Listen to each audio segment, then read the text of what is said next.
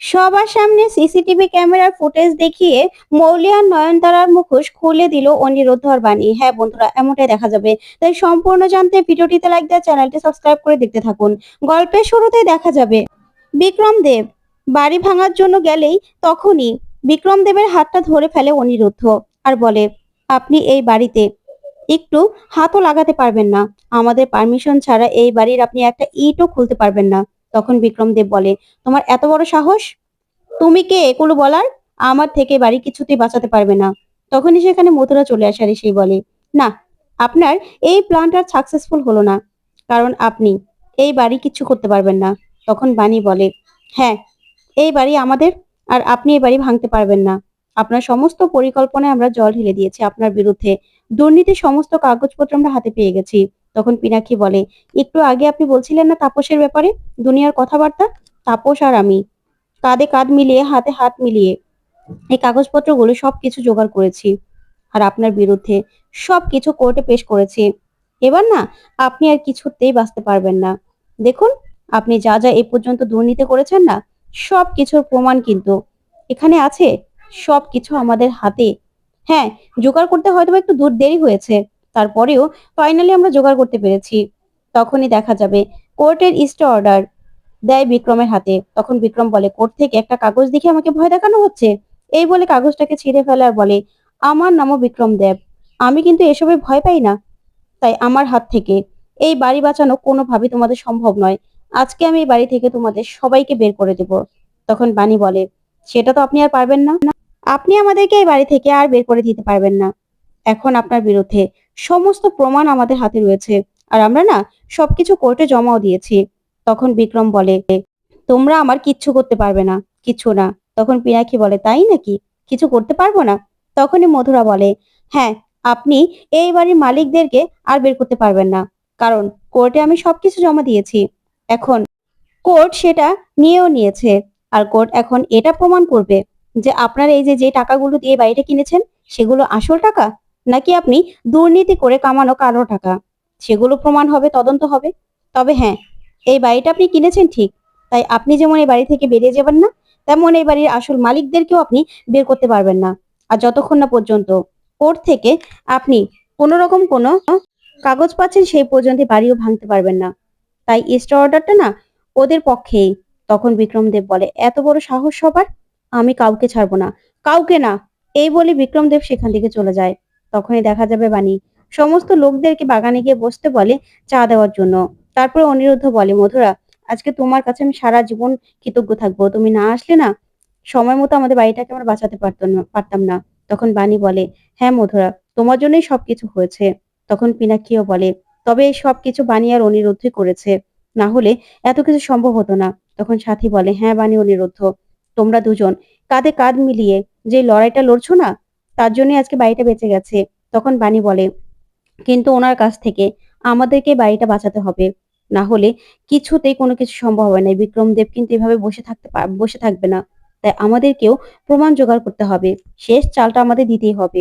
তখনই মৌলি মনে মনে বলে, যাক, এবার তো বিক্রম দেবকে গিয়ে সব সত্যিটা আমাকে জানাতেই হচ্ছে। এই বলে সেখান থেকে মৌলি চলে যায়। ওইদিকে নয়নতারা ব্যাপারটা খেয়াল করে।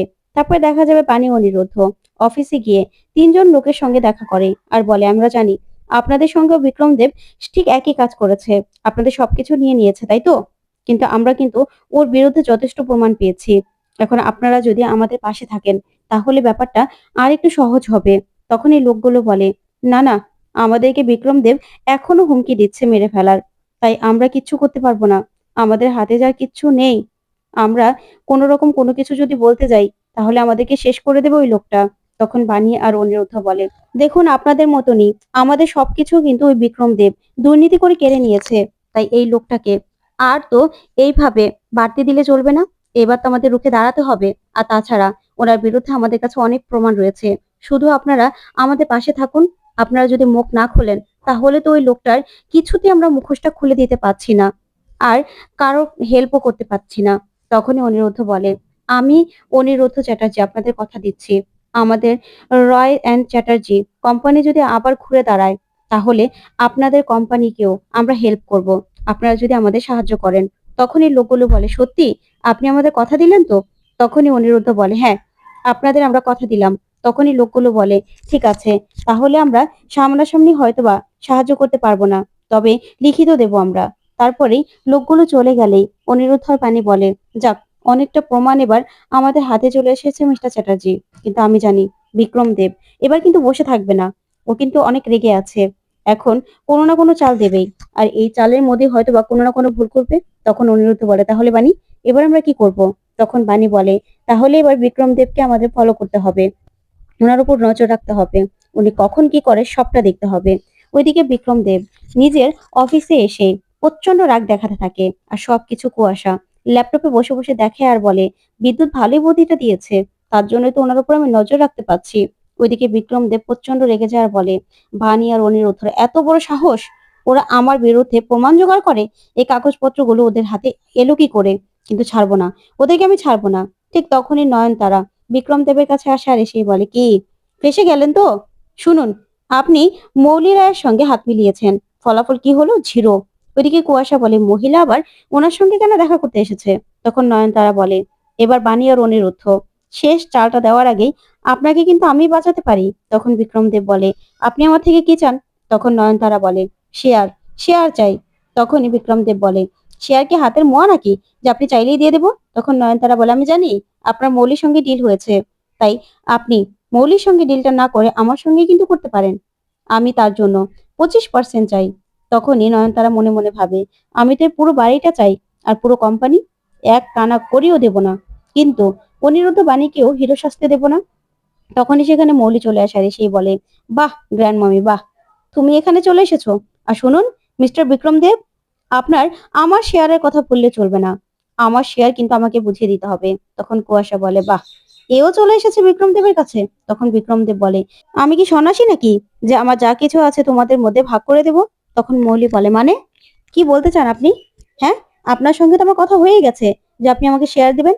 ঠিক তখনই কুয়াশা ও বিক্রম দেবকে ফোন করে আর বলে, দেখুন স্যার, আজকে একটা কথা না বলে পারছি না, আমারও কিন্তু কোম্পানির শেয়ার চাই। তখন বিক্রম দেব বলে, মানে? তখন কুয়াশা বলে, হ্যাঁ, আমি কিন্তু জানি আপনার থেকে অনেকেই শেয়ার পায়। অনেককে আপনি বলেছেন শেয়ার দিবেন, তাহলে আমাকে কেন দেবেন না? তখন বিক্রম দেব বলে, এই তোমাকে কে বলেছে এসব কথা? আর তোমরা কি পাগল বানিয়ে ফেলবে নাকি আমাকে? তখনই মৌলি আর নয়নতারা বলে, আমাদের শেয়ার আমাদের বুঝিয়ে দিতে হবে। তখন কুয়াশাও বললে, বিক্রম দেব চিৎকার করে ওঠে আর বলে, দেখুন, আমি হলাম বিক্রম দেব, আমি কাউকে ভয় পাই না, না অনিরুদ্ধ বাণীকে, না কাউকে। যান, বেরিয়ে যান। তখন সবাইকে বের করে দিলেই ওইদিকে বিক্রম দেব বলে, না না, আমাকে কাগজপত্রগুলো দেখতেই হবে। ওই লোনের জাল কাগজপত্রগুলো কোথায় জানো? তখন ড্রয়ার থেকে সবগুলো কাগজের ফাইল নিয়ে নেয় আর সেখান থেকে চুপি চুপি বেরিয়ে যায়, বলে, এই কাগজগুলো কোনোদিনও বানি আর অনিরুদ্ধ পাবে না, এমন জায়গায় লুকিয়ে রাখবো। তখনই বানি আর অনিরুদ্ধ বিক্রম দেবের পিছু নেয়।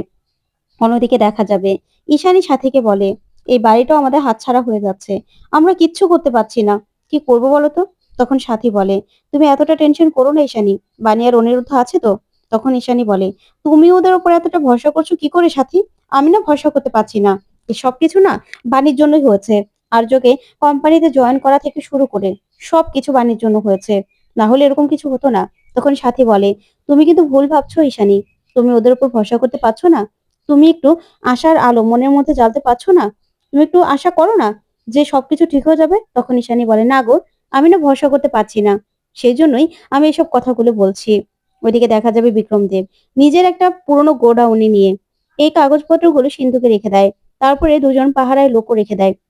তারপর বিক্রম দেব চলে গেলেই ওইদিকে বানি আর অনিরুদ্ধ চুপি চুপি সেই গোডাউনে চলে আসে।